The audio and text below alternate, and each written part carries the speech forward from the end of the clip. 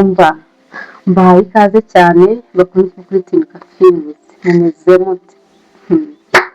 Mbafitiye inkuru nziza umuntu wese uri buyumve nta muntu itari bushimisha.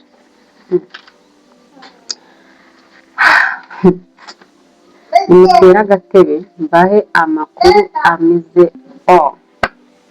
uyu munsi dufite umushyitsi w'umwana mwiza, umushyitsi namusabye ko yamfasha kubw'urukundo rwenda kunyica, kubw'urukundo rwenda gutobora umutima wanjye, arambwira ngo azaza. Uwo mushyitsi ninde? Uwo muntu ninde Imana yandumyeho? Uwo muntu bamwita Miki. Oh my God! Abashumiki ndamubatuye, ni umwana mwiza, ni umuntu wumva umuntu, ni umuntu mbese umva nawe niba wumva ushaka kugira watura ikibazo cyawe ndabigutuye uzagende usange Miki. Abakunzi bacu, abantu badukunda,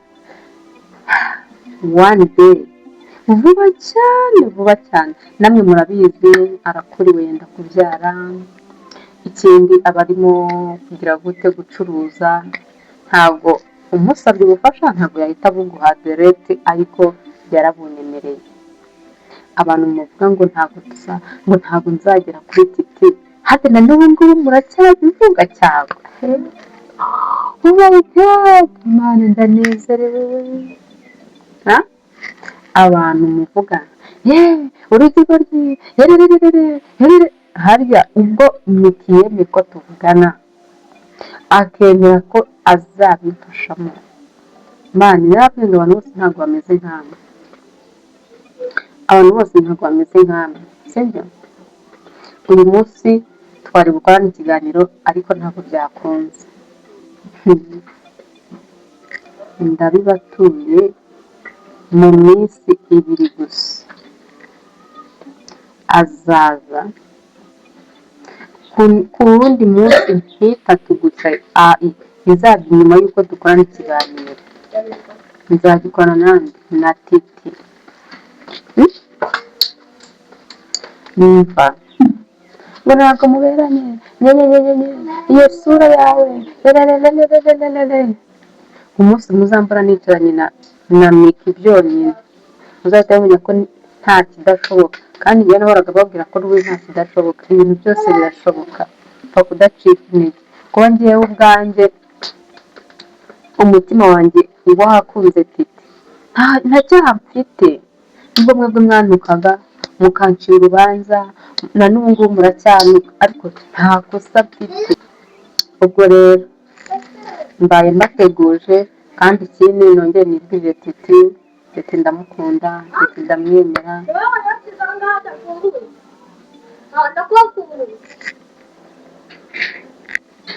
Titi ndamukunda, Titi ndamwemera, Titi ni umwana mwiza, Titi umva noneho batangiye no kunyita madamu Titi, murajya hepfo twaje, umva ubu ndi madamu Titi. Na n'ubu ntabwo murabyemera, umva madamu Titi ni mubyange mubyemere, mubikunde cyangwa ntimubikunde, ejo tuzatambukana umucyo.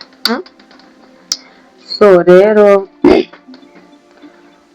ntugacike intege, ikintu cyose wiyemeje gukora, baguca intege bataguca intege, wowe ubwawe ugomba kuzajya ushyiramo umuhate ugakora.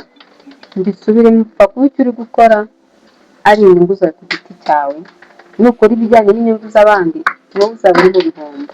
Wowe kora ibikunejeje, wowe kora ibyo wumva wowe bikunyuze, nukunda ubivuge, urarinda gupfa kubera iki?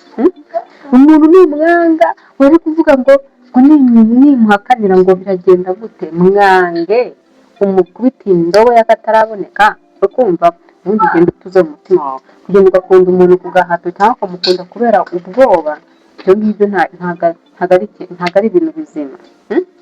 Habe na gato, habe na gato, habe na gato. Ibintu byo gukorera ku bwoba setu mubihagarike. Ibintu byo gukorera kuri baranyitse bihagarike.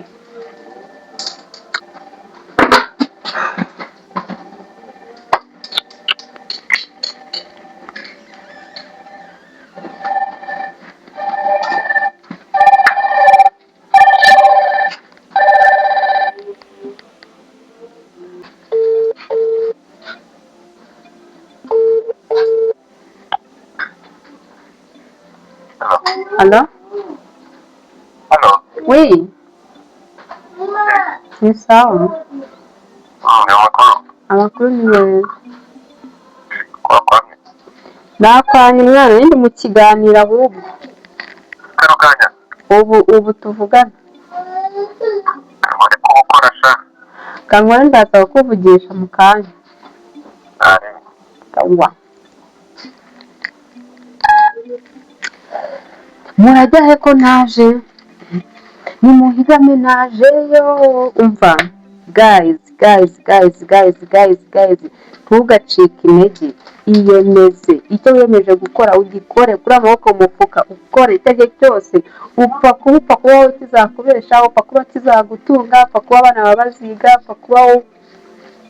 Umva, amakuru meza rero mbafite rero ni ayo ngayo, yuko mu minsi mikeya murabona twayagaye na Miki, yuko mu minsi mikeya yindi muzabona twayagaye na Titi umusheri wanjye, umva icyamamare cyanjye, umva Titi na Tinyuka. Ariko ibyo murabyumva? Titi na Tinyuka. So rero mwakoze cyane, mukomeze mudushyigikire, mukomeze mutube hafi, mukomeze mudusapotinge, kandi natwe turabakunda cyane. Abaduca intege namwe muzagira muzarambirwa, ngo ndashaka kubibabwira. So bye rero, General Tinyuka wanyu ubakunda cyane, umukunzi wa Titi. Bye.